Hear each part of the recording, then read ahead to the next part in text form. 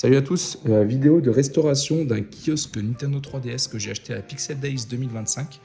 J'ai pas pu l'essayer sur place et surtout a été fourni sans la console. Donc je me suis rendu compte qu'il y avait un petit peu de boulot pour le restaurer. La console est une console que j'ai achetée après.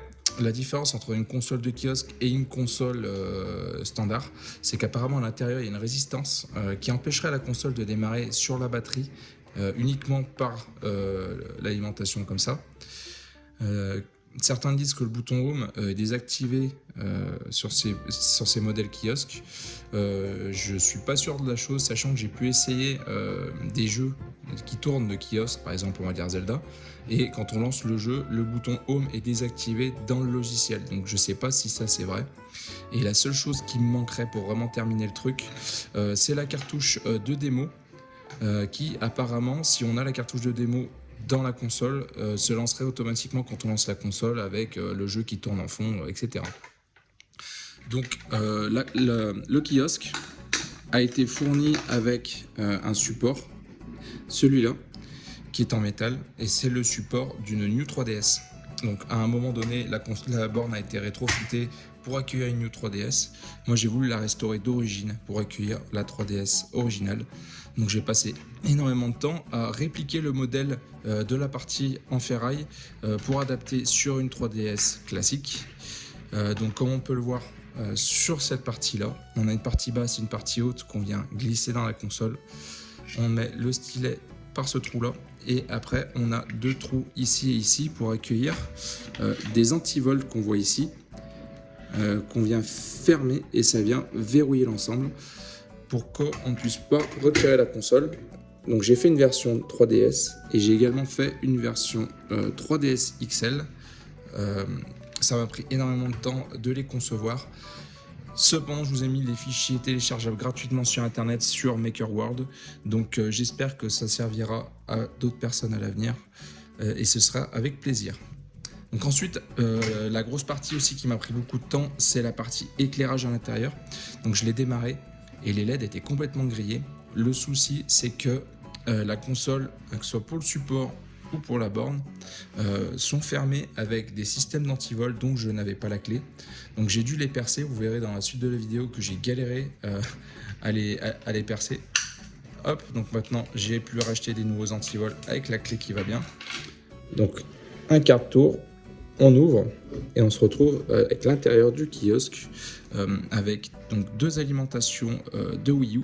On a l'alimentation du gamepad et l'alimentation de la console qui ont été modifiées pour alimenter et le bandeau LED et le chargement de la console. J'ai dû faire une modif, on ne verra pas tout dans ce petit bout de vidéo, je vous montrerai beaucoup plus tard. C'est le petit boîtier qu'il y a ici, donc j'ai passé énormément de temps à réfléchir comment améliorer l'ensemble. Donc j'ai changé tout le bandeau LED et j'ai fait un système avec un Arduino et un bouton qu'on voit ici. Donc quand on démarre le kiosque, ça démarre en mode d'éclairage et on peut changer de mode d'éclairage avec ce bouton. Donc on peut avoir un éclairage rouge, bleu, arc-en-ciel, etc. Pour que ce soit plus sympa et plus moderne qu'un éclairage jaune, surtout que c'était un jaune brûlé d'origine. Et donc voilà, je suis super satisfait de ce kiosque. Et si vous voulez en savoir plus sur toutes les étapes de restauration, eh ben, je vous laisse continuer la vidéo. Allez, ciao ciao. Donc voilà la borne, je la trouve magnifique. Donc là elle n'est pas en fonctionnement, elle a juste été nettoyée. J'avais remarqué que les LED un peu partout dans le stand n'étaient pas forcément très lumineuses, donc ça c'était quelque chose à changer. Et le problème que j'ai maintenant, c'est les antivols, donc des antivols qu'il y a sur la machine. On en a deux sur la partie qui retiennent la console ici, et on en a deux sur le côté de la borne ici. Donc j'ai essayé de fabriquer en 3D des clés de sécurité qui vont dedans.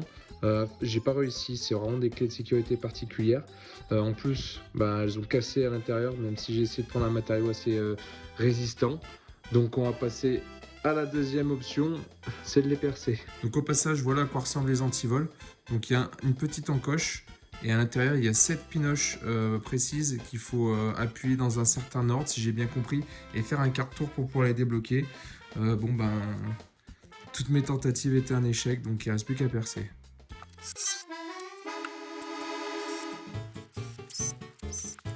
One hour later. Ma tentative de perçage était compliquée avec mes forêts tout pourries.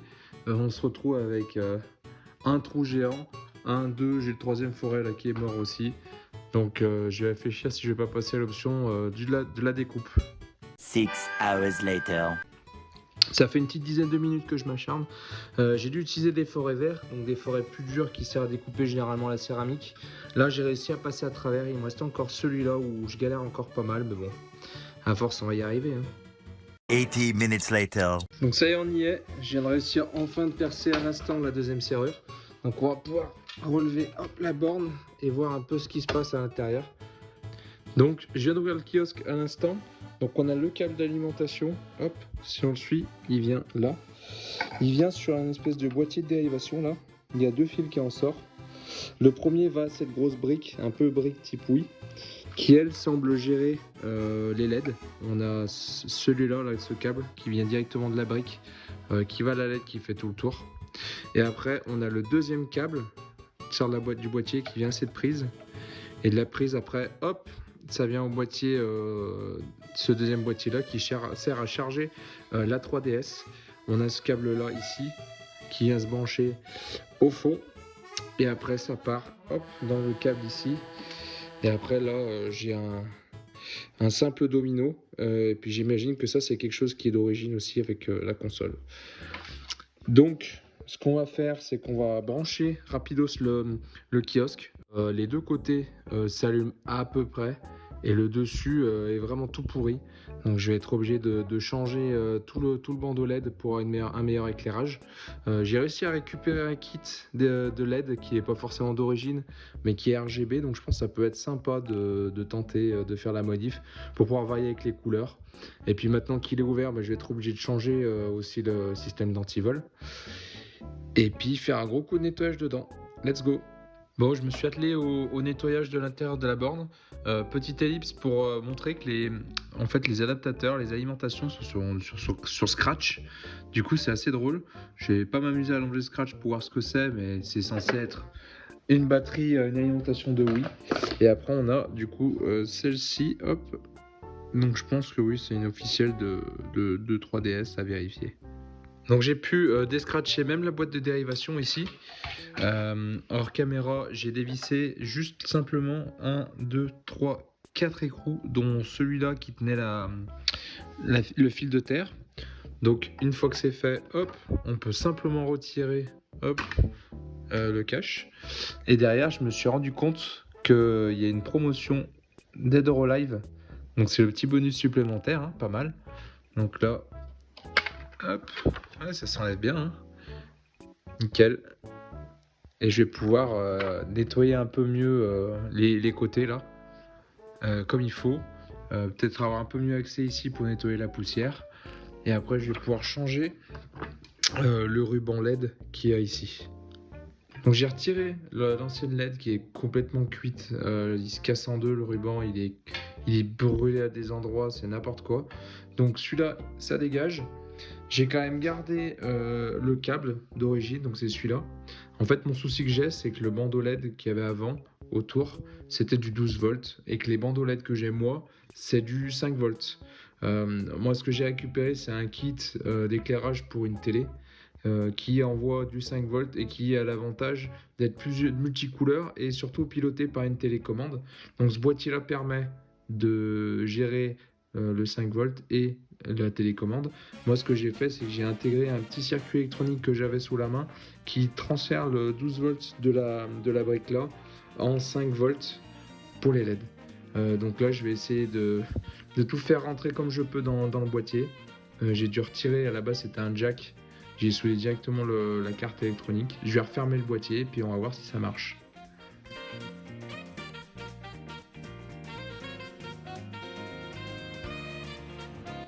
Hop, voilà. Donc l'inconvénient de ce boîtier là, c'est que ça flash les lumières au départ avant de lui donner la première instruction. Donc là par exemple j'ai le blanc, hop, bleu, vert, rouge, mais ça marche. Yes, donc là je vais pouvoir remonter tout dans le boîtier si j'arrive à faire rentrer le câble et le boîtier en plus. Et voilà, donc je viens de terminer le remontage. J'ai démonté l'antivol pour faire passer la petite antenne, on va dire de manière temporaire, pour pouvoir piloter les LED avec la télécommande. Donc on va pouvoir fermer le kiosque. On a bien les LED qui clignotent de partout. Donc on a bien tout le tour qui s'illumine. Moi j'ai ma télécommande qui me permet de basculer sur les différentes couleurs. Donc par exemple si je veux passer sur du blanc, voilà.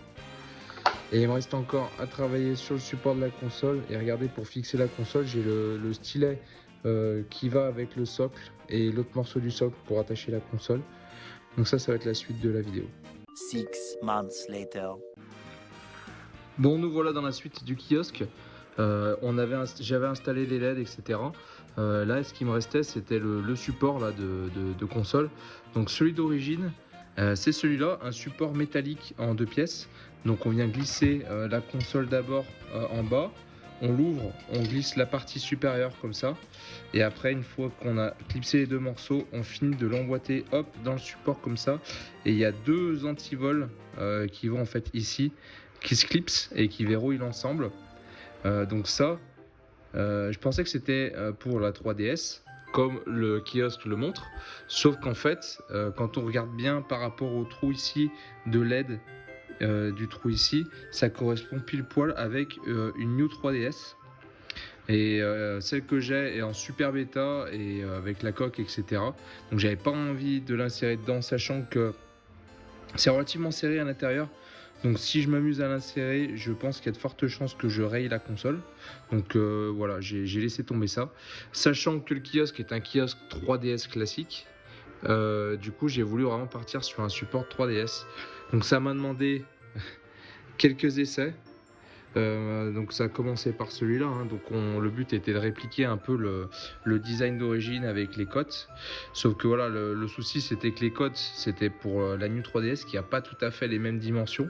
Donc voilà, pour un premier jet, on va dire que c'était pas mal. Voilà, après on est passé sur un deuxième jet où voilà, il y a des petites rectifications à faire. Le troisième aussi, et après on est passé sur le quatrième qui était quand même relativement plus complexe, qui a terminé sur celui-là qui est la V5. Voilà, j'ai dû faire un décroché pour le chargeur parce que voilà, ça passait pas dans le design. Bon, voilà, c'était assez compliqué à faire, mais je suis assez content du résultat. Tout rentre nickel. À l'intérieur c'est vachement serré. On a le câble d'alimentation pour le chargeur ici, les antivols, tout ça, et ça rentre impeccable et ça nous fait un support vraiment magnifique. Bien sûr, il y a un trou pour le stylet qui est fourni avec le kiosque qui se range juste là. Voilà. Donc ça m'a demandé énormément de travail. Et au passage, donc aussi on le voit ici marqué, pour la 3DS XL aussi. Donc j'ai voulu faire pour la 3DS XL. Je suis passé par plusieurs versions et du coup on est sur celle-là qui est pas 100% terminé dans le sens où il y a juste un tout petit peu de jeu sur le côté, voilà, ça peut à peine se balader, c'est 3 fois rien. Le système est le même, j'ai pas les antivols pour on va dire le finaliser entre guillemets, sachant que je peux pas en avoir 2 à la fois sur le socle, donc ce sera au choix d'avoir celui-là ou l'autre. Dans tous les cas, les fichiers, je pense que je vais les mettre sur internet. Donc pour tous ceux qui voudront avoir des supports modulaires ou différents pour son kiosque, ils pourront le faire.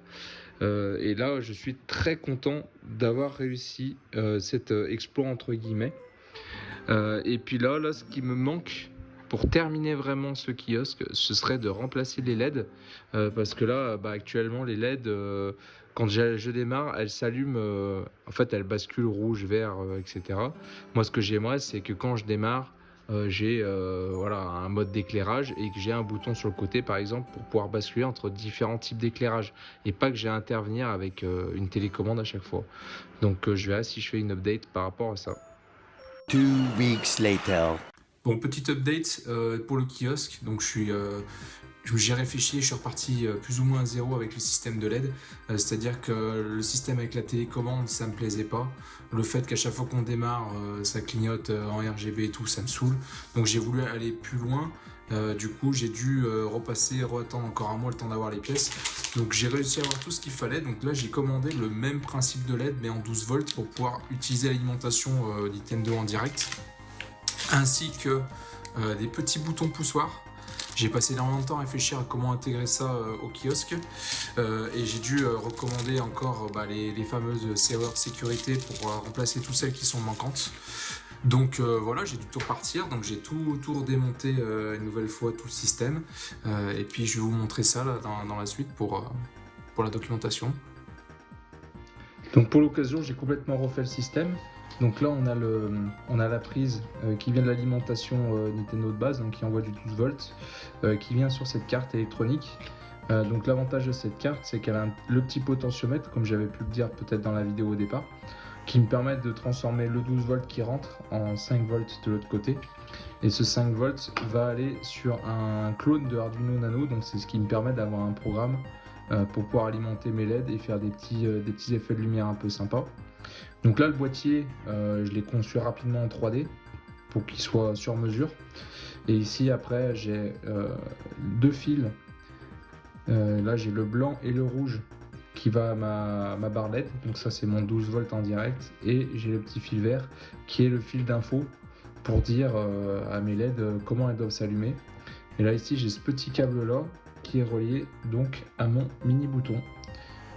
Donc je vous épargne également aussi l'intégralité du programme que m'a fourni généreusement ChatGPT pour éviter de me prendre trop la tête. Donc on est avec un système avec, là j'ai fait pour l'exemple 11 types d'éclairage différents. Voilà, pour vraiment essayer d'optimiser au maximum la barre LED et d'avoir plein d'effets un peu sympas. Donc là on est vraiment à la partie finale. Tout est en place, donc mon petit boîtier il est en noir, donc on ne le voit pas beaucoup. Là il est coincé dans le coin là. Tout a réussi à passer. J'ai mon bouton qui est relié ici. Je vais essayer quand même de tester si la clé fonctionne bien. Hop, là c'est bon. Celui-là, parfait. On va essayer de fermer, essayant de faire en sorte que tout rentre à l'intérieur. Hop, impeccable, normalement.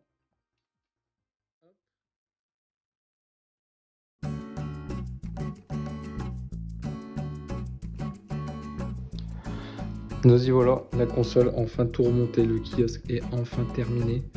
Mais là on est bon.